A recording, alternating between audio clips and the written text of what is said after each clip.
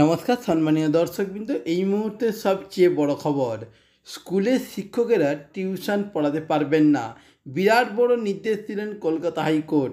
আরও বিস্তারিত জানার জন্য অবশ্যই আপনারা ভিডিওটি শেষ পর্যন্ত দেখবেন। শিক্ষকদের টিউশনই বন্ধ, রাজ্য সরকার নিয়ন্ত্রিত স্কুলের শিক্ষকদের টিউশন বন্ধের নির্দেশ দিল কলকাতা হাইকোর্ট। এই নিয়ে স্কুল শিক্ষা দপ্তরের প্রধান বিচারপতি টি.এস. শিব গণনামের ডিভিশন বেঞ্চের নির্দেশ দিয়েছে আগামী 8 সপ্তাহের মধ্যে মধ্যশিক্ষা পর্ষদ এবং জেলা স্কুল পরিদর্শককে নিয়ে প্রয়োজনীয় পদক্ষেপ নিতে হবে। অর্থাৎ বুঝতেই পারছেন, এবার থেকে আর কোনো শিক্ষকদের টিউশন পড়ানো যাবে না।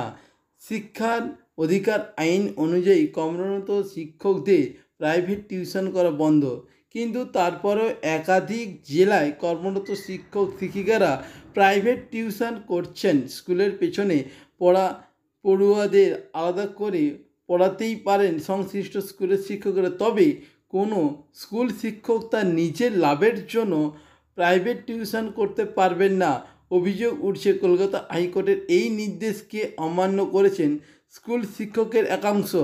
এই অবস্থায় গৃহ শিক্ষকতার পেশায় যুক্তদের একটি সংগঠন গৃহ শিক্ষক কল্যাণ সমিতির সাধারণ সম্পাদক দীপঙ্কর দাস কলকাতা হাইকোর্টে মামলা দায়ের করেন।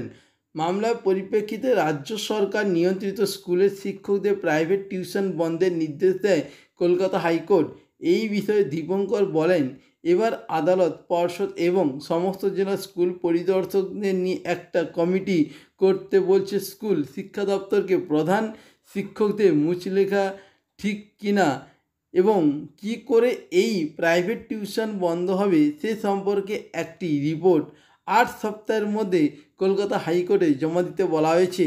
এছাড়াও আপনাদেরকে জানিয়ে রাখি যে সমিতির আইনজীবী এনামুল বারি বলেন, আইনকে বুড়ো আঙুল দেখিয়ে সরকার নিয়ন্ত্রিত স্কুল শিক্ষকেরা প্রাইভেট টিউশন করছেন। টিউশন বন্ধ করার জন্য যে পরিকাঠামো দরকার তা না থাকায় সরকারি ব্যবস্থা নিতেও পারছে না।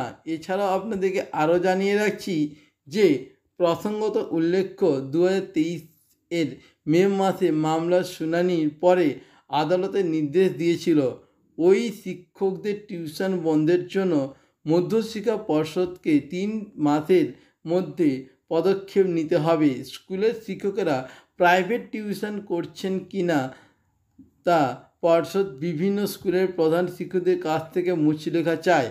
সমিতির অভিযোগ, মুচলেখা দেওয়ার পরেও শিক্ষকরা টিউশন করছেন।